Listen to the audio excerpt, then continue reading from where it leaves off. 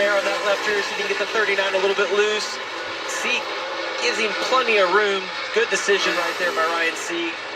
Sieg tried to shade him down low there, tried to cover a little bit down on the inside as Jesse's looking the inside into one. Ooh, sideways. Gosh, that turn one angle is so awkward for whether you're on the bottom or the top. It's like you just can't tell where to go. And Ryan does not want to give up here right now. You can see he's fighting as hard as he can on the outside. He crowded on the inside to 3 the lap before.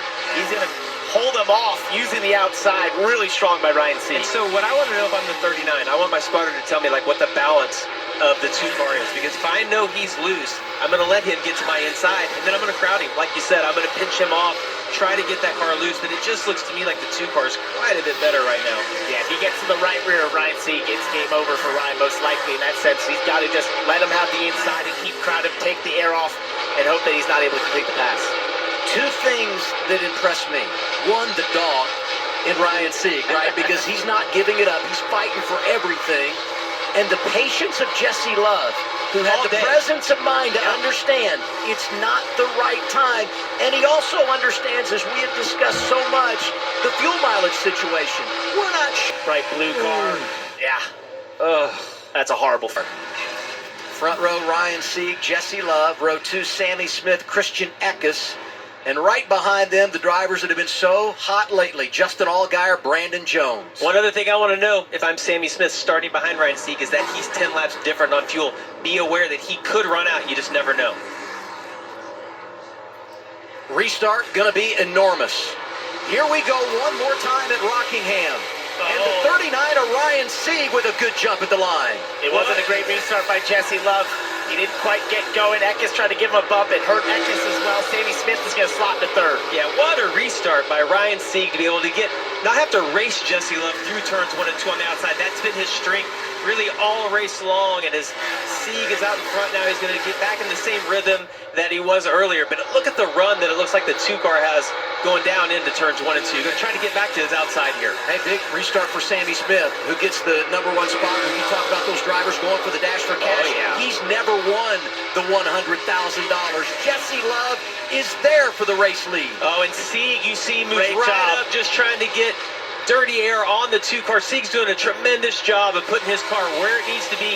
Not necessarily what makes the fastest lap time for Ryan Sieg, but what's going to keep that 2 car behind him. And that is such a skill. When you watch that at home, you're thinking, well, how hard can that be? It's incredibly hard to drive the fastest lap you can and react to a car behind you, what they are doing to try and counter and put that dirty air on their noses. He gets a little higher now. No, don't get too high. He's going to get to his inside, but we've seen this. Look how loose Love is on the inside. We've seen this the last caution. And the question is, when did the caution come out, and where were we as far as who was leading this race when we got the Love was right there. Being ahead as you see that caution light come on. Great job by us to catch that and be able to show. Jesse Love, that puts him back in the lead. It's nice when this go your way. I just love it. For Justin Allgaier, I'm saying kidding. Watch the 16 because he's got to be tight on fuel here. Front row, restart coming with 10 to go. Jesse Love outside of Sammy Smith. Jesse gets Big crash behind the race leaders. That's exactly what we talked about.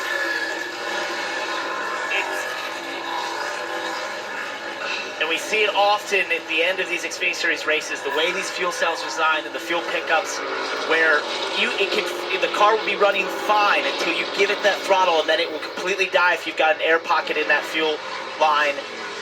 And it's really tough to keep it filled with the banking angle that you have here. We talked about how high that banking is in 3 and 4 and how steep it is. It's really tough as you're coming to green to keep the fuel in that fuel line. Most likely it's what happened to 16 there, as you saw sort of the car die as you got to the restart zone, and that checked everyone up behind him and caused a large wreck. Allgaier, eligible for the dash for cash, saw all the damage on the 7. Going to snap a streak of 6 consecutive top 5 finishes. Brandon Jones had dropped way back in the running order there on pit road.